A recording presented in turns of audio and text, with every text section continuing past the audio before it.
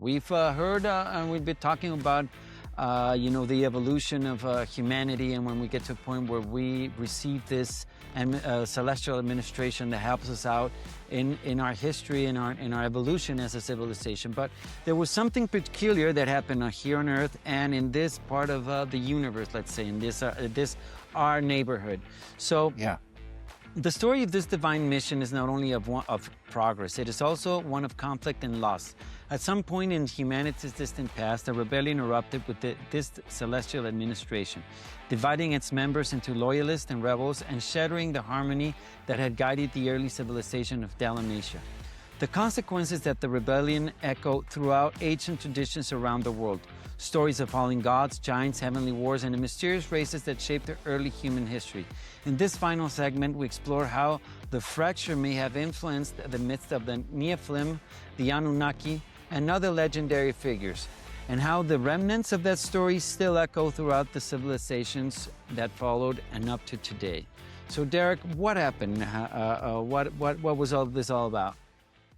Yeah. So here we're talking about Lucifer.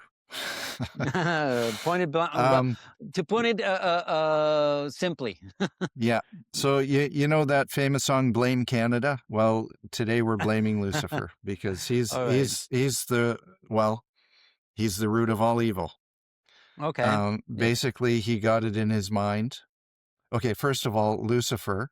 Who is he? Yeah. Was he Yeah. here? Who was he? So we talked about our planetary chief executive guy, right? Who's the planetary prince. His name is Caligastia. Well, his superior, I guess, who was the administrator of our local area, which is called a system, which is not just one planet, it's up to 1,000 planets. So he administers an area of up to 1,000 inhabited planets.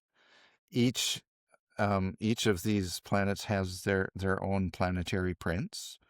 So it's organized, right?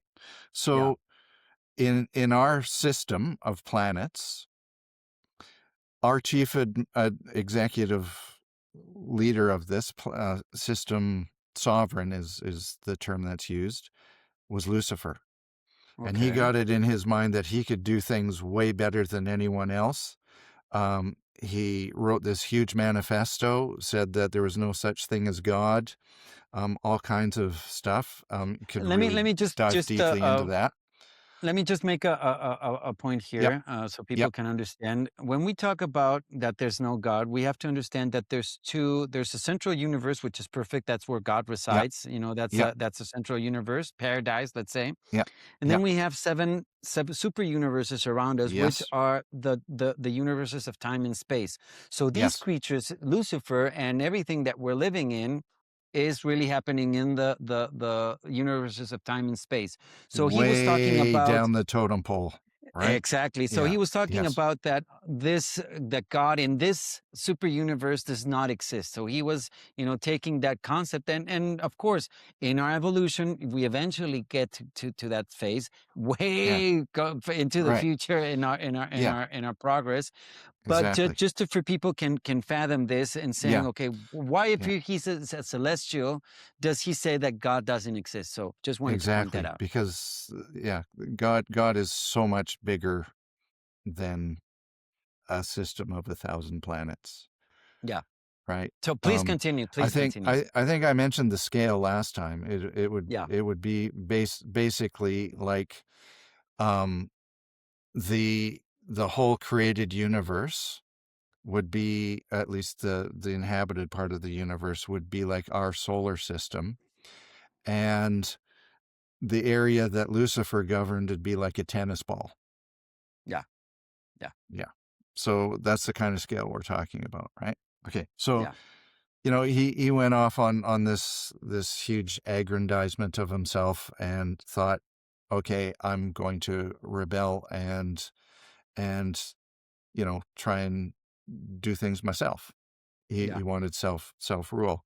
And he sort of put the feelers out and to a couple of the planetary princes and stuff, and to his eternal discredit, our planetary prince decided he was going to betray us even before the rebellion broke out. So Okay. he is especially looked down upon for that. But Okay. basically, yes, the rebellion broke out.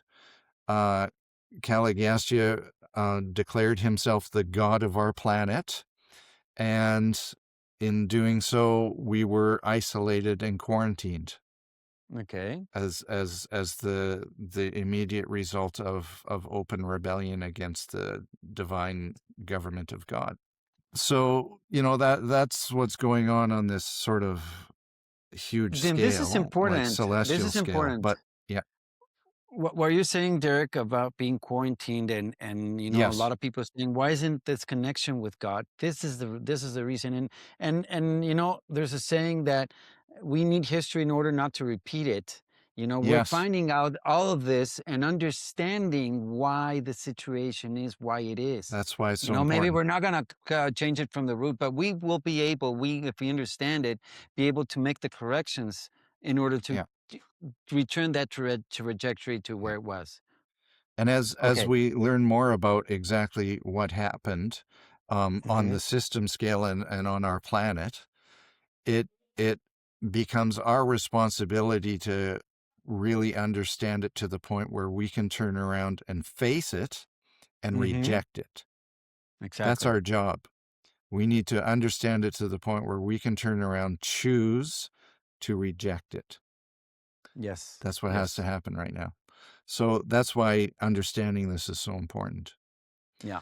Yeah. So coming back down to the planet, Caligastia gathers the 100 together and he says, I'm completely scrapping the system that we've got and I'm gonna redo it in the way that I deem that I should.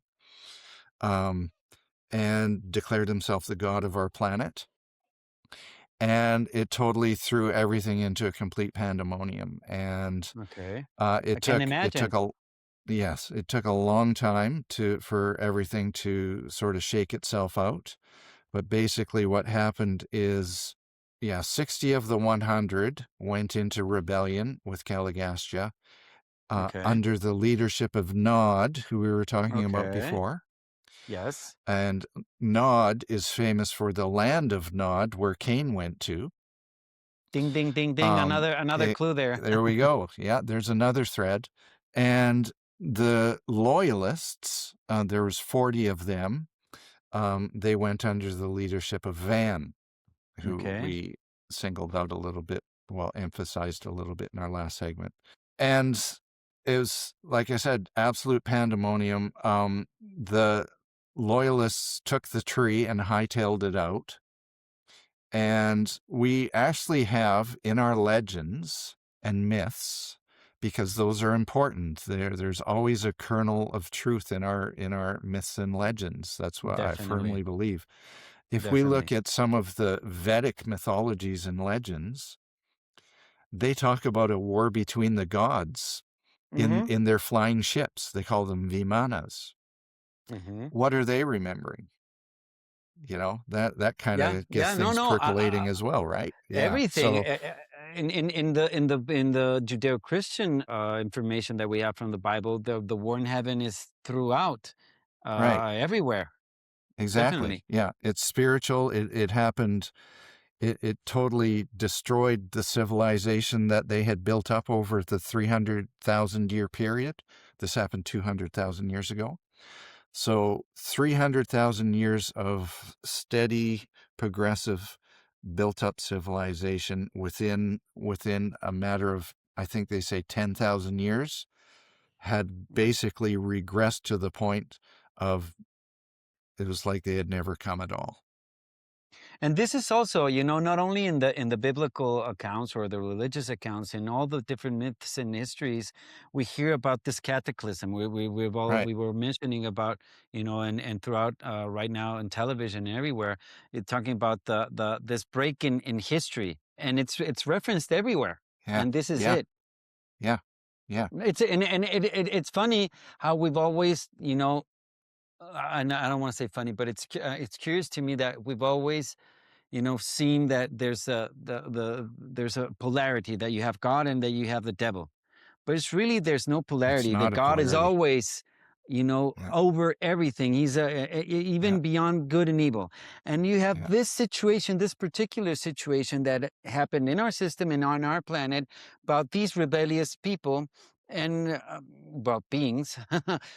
And what this really tells me is that we I'm happy that he's not in part with God. It teaches us that Yeah. he's just a rebel, and that's that Yeah. in any rebellion we can align or we can Yeah. distance ourselves from that, and we can align to the forces of good. So Yeah. this is important. That it does not he does not rule upon us, and it's always our decision in our hearts if we want to align to those intentions, to that Lucifer Yeah. manifesto, or we want to align to the will of God.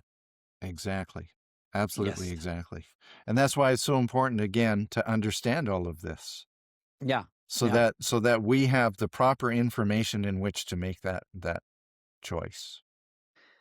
This really changed my life Yeah, because it me too. really told Yeah. me that, the devil is somebody, of course, there's evil in the world, definitely. And I think in recent times with communications and with everything that's happening, we've come to realize that, there is a evil, not because Yeah. God wills it, but because there's that potential.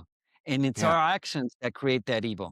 So Yeah. just as our actions as humans created that evil, the actions of these entities or these beings created that evil as well. And Yeah. it's like you said, Derek, it's very important that we take matters into our own hands. We decide, first of all, where do we want to align ourselves and ally ourselves? And second of all, what are the active and the actions that we're Yeah. taking to maintain that celestial and divine evolution and progression, right? That's right. Exactly. Exactly. Awesome, man. Yeah. Yeah. So what else happened? I'm excited, man. Yeah. So total pandemonium. I figure there was a pretty good war, especially if you look at some of the Vedic histories and stuff like that. That's just speculation on my part, though. I can't say for certain. But the loyalists took off. They had to leave. And they took the tree with them. And what that meant was that the 60 rebels weren't able to maintain their immortality anymore because they couldn't eat the fruit from the tree. And that's why this tree of life and the fruit is so important, because it explains a new race of people that came about on the planet because of this, right? Yeah. So basically from this breakout of this rebellion and the fallout from it, we have three groups of people that come up in the especially Sumerian legends, right?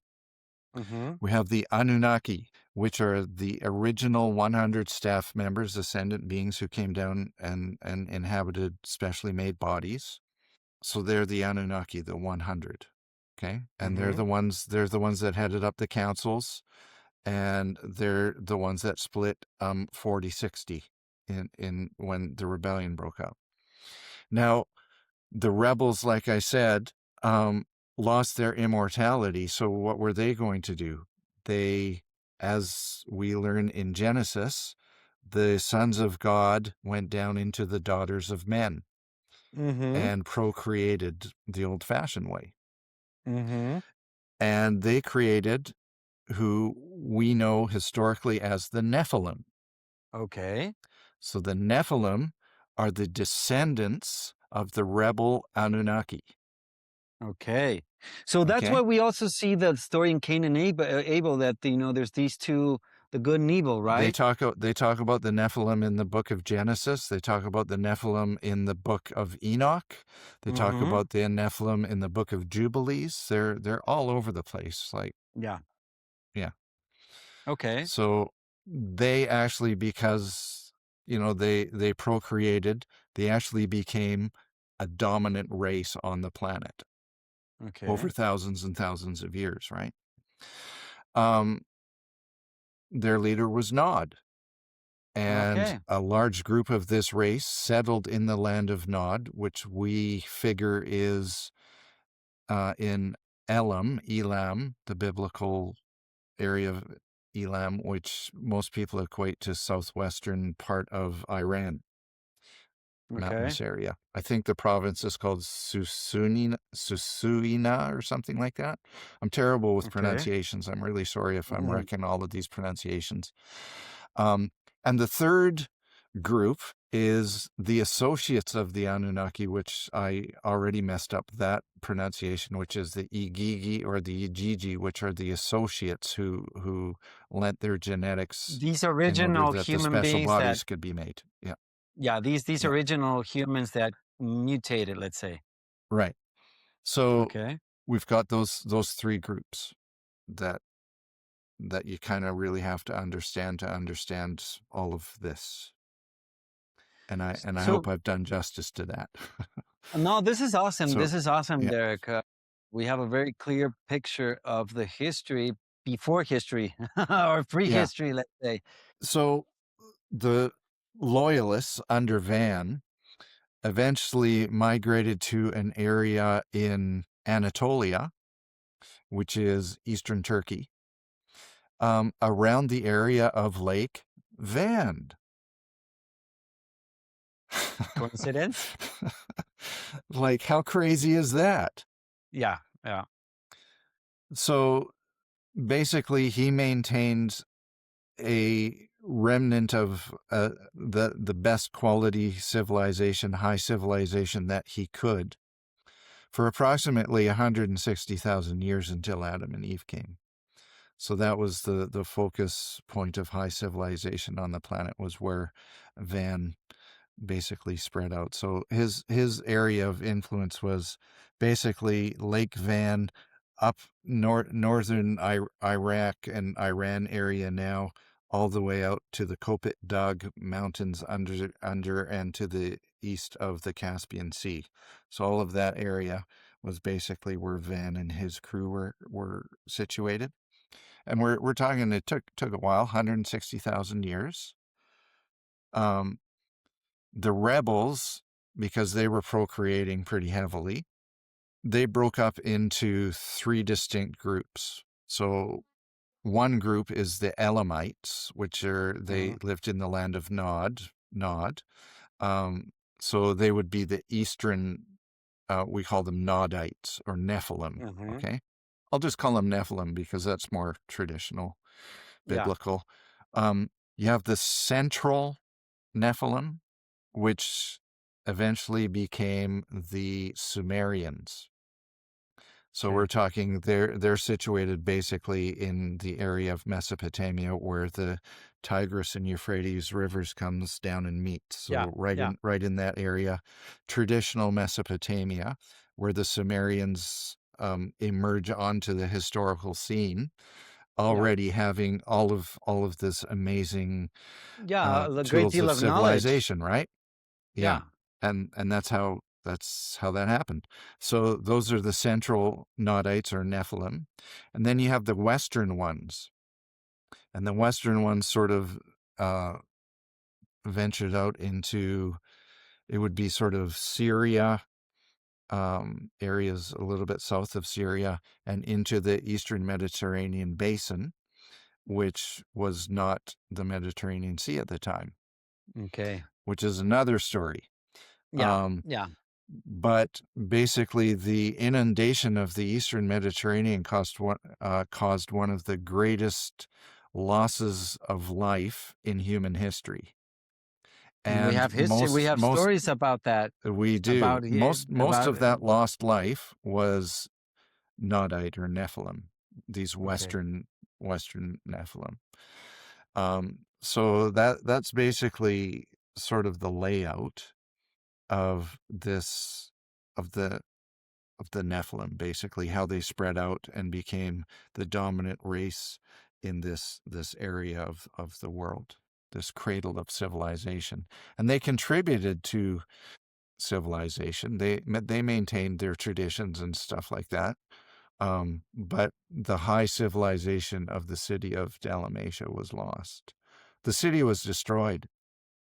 They tried to elevate the civilization in the city artificially by Mhm. revolution rather than by evolution.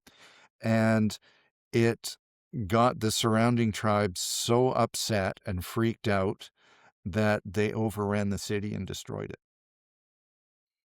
So There that's was what happened to destruction, our yeah. first planetary capital.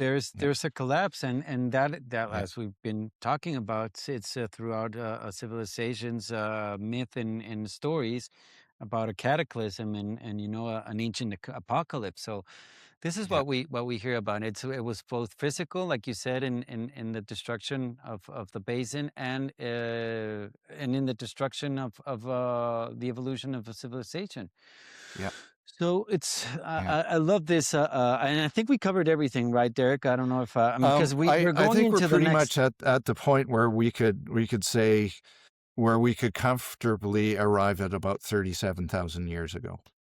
Yeah, So I which is said basically 160,000 years from the point of the outbreak of the rebellion, which was 200,000 years ago, takes us to approximately 40,000 years ago, which is where probably our next episode is going to start, right? exactly, and that's So where I was yeah, gonna get. We get to yeah, this point where a very common part of the Bible, chapter of the Bible, yeah, legend, myth, yeah, story that we all know about Adam and Eve comes into play. But yes. what's really interesting before we go into that the next episode or the next podcast is how much humanity was here before Adam and Eve, and we think of them as the first humans. No, no, it Yeah, was really, really a lot of stuff happening before, and how that puts everything into perspective into where we are now, right? yeah. Yeah.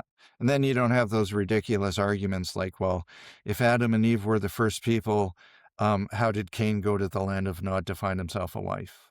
And You what? know, And you don't have it's that just, debate about yeah, it's, evolution. And I remember this was yeah, something I was always. Let me put this out before we close. But I was always a kid when I was growing up. I would ask the difficult questions, and I used to when I yeah. was younger. I went to Catholic school, and I remember the teacher that at that time, she used to be a nun, and she had to teach us, the theory of evolution. And she was saying, so this and that, and therefore the Homo sapiens and the Neanderthal and everything.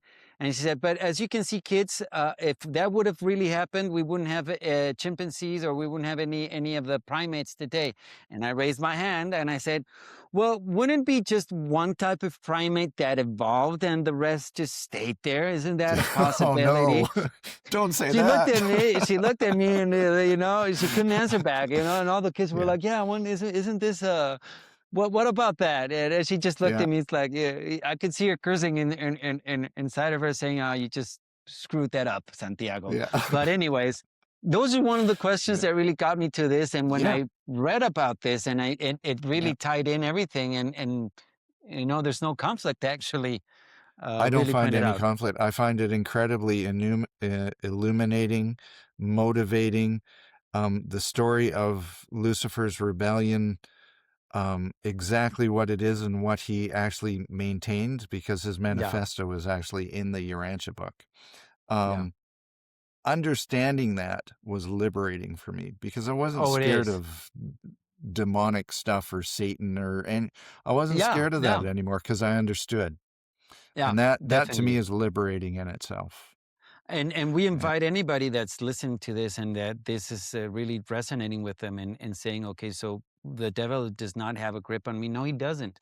And if you No. read it and see what it actually is and how it actually works, you're going to be liberated as Derek and I have been. So Yeah, till next time, which absolutely. is going to be the next episode in this series, which is Adam and Eve, Yep. the second revelation. Till then, we're going to have a lot of fun. And well, thanks, Derek. It's been lovely. It's been fast. I've been enjoying it. And to all of you that are with us, remember to subscribe. Hit the notification button so you know. I mean, we're every week we're with new chapters. And if you liked it, tell other people they might be interested in hearing about these stories. And until next time, I'm Santiago Nilan. This is The Divine Within. Take care and carpe diem. On the Divine Within podcast, we'll share real conversations to help you find a personal connection with God. My goal is to support your faith, growth, and journey toward discovering the divine within yourself. Join us to deepen your faith and spiritual journey.